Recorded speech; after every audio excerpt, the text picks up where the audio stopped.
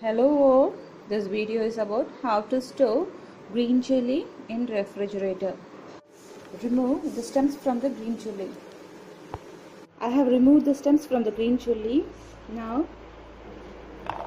arrange the green chili in vertical position. I have arranged all the green chilies in vertical position. Don't cover it with the lid. By arranging all the green chilies in vertical position, you can store this green chili for 1 month. Thank you all for watching this video.